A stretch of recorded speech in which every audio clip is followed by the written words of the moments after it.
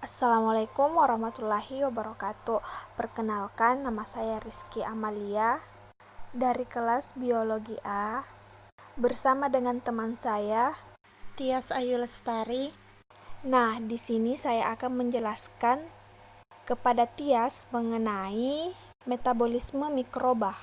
Metabolisme merupakan seluruh peristiwa reaksi-reaksi kimia yang berlangsung di dalam sel makhluk hidup, di mana metabolisme terdiri dari dua proses, yaitu anabolisme dan katabolisme.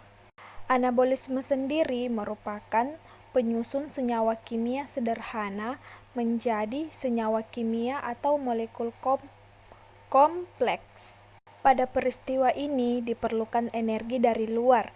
Energi yang digunakan dalam reaksi ini dapat berupa energi cahaya ataupun energi kimia. Anabolisme yang menggunakan energi cahaya dikenal dengan fotosintesis, sedangkan anabolisme yang menggunakan energi kimia dikenal dengan kemosintesis. Adapun katabolisme merupakan reaksi pemecahan atau pembongkaran senyawa kompleks menjadi senyawa-senyawa yang lebih sederhana dengan menghasilkan energi yang dapat digunakan organisme untuk melakukan aktivitasnya. Nah, fungsi reaksi katabolisme ini untuk menyediakan energi dan komponen yang dibutuhkan oleh reaksi anabolisme.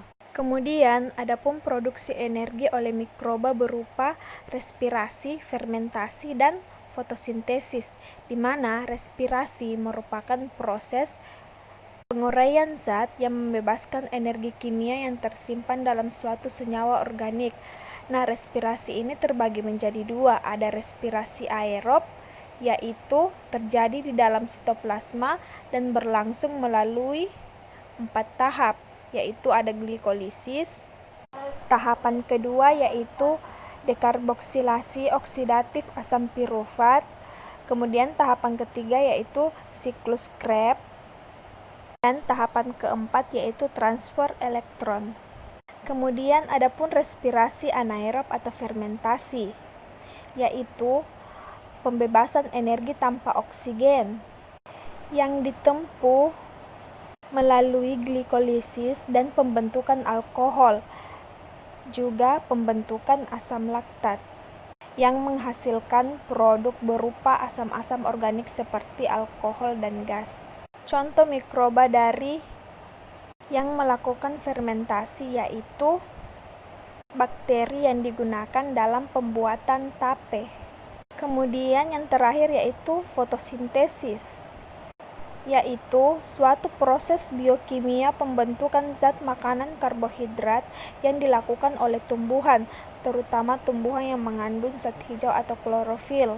Namun, ada juga beberapa jenis bakteri yang dapat melakukan fotosintesis, di mana mikroba jenis ini berfotosintesis dengan menggunakan zat hara, karbon dioksida, dan air, serta bantuan energi cahaya matahari, di mana terdiri dari dua reaksi utama yaitu reaksi terang dan reaksi gelap.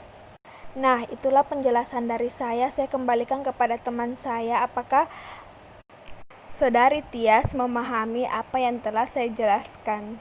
Iya, terima kasih atas penjelasannya. Sependek pengetahuan saya, metabolisme adalah reaksi kimia yang terjadi di dalam sel tubuh makhluk hidup.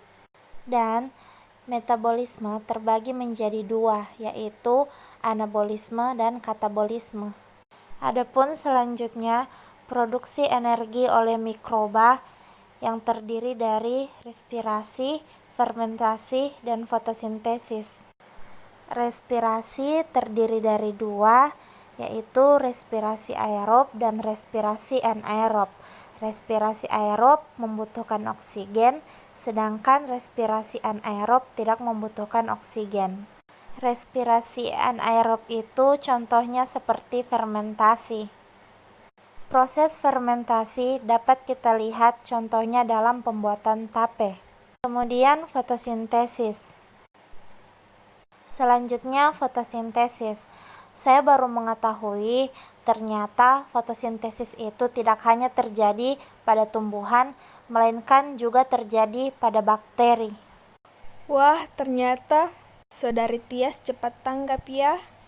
Terima kasih Tias mengenai penjelasannya. Dan sekian dari saya. Terima kasih sebelumnya. Wassalamualaikum warahmatullahi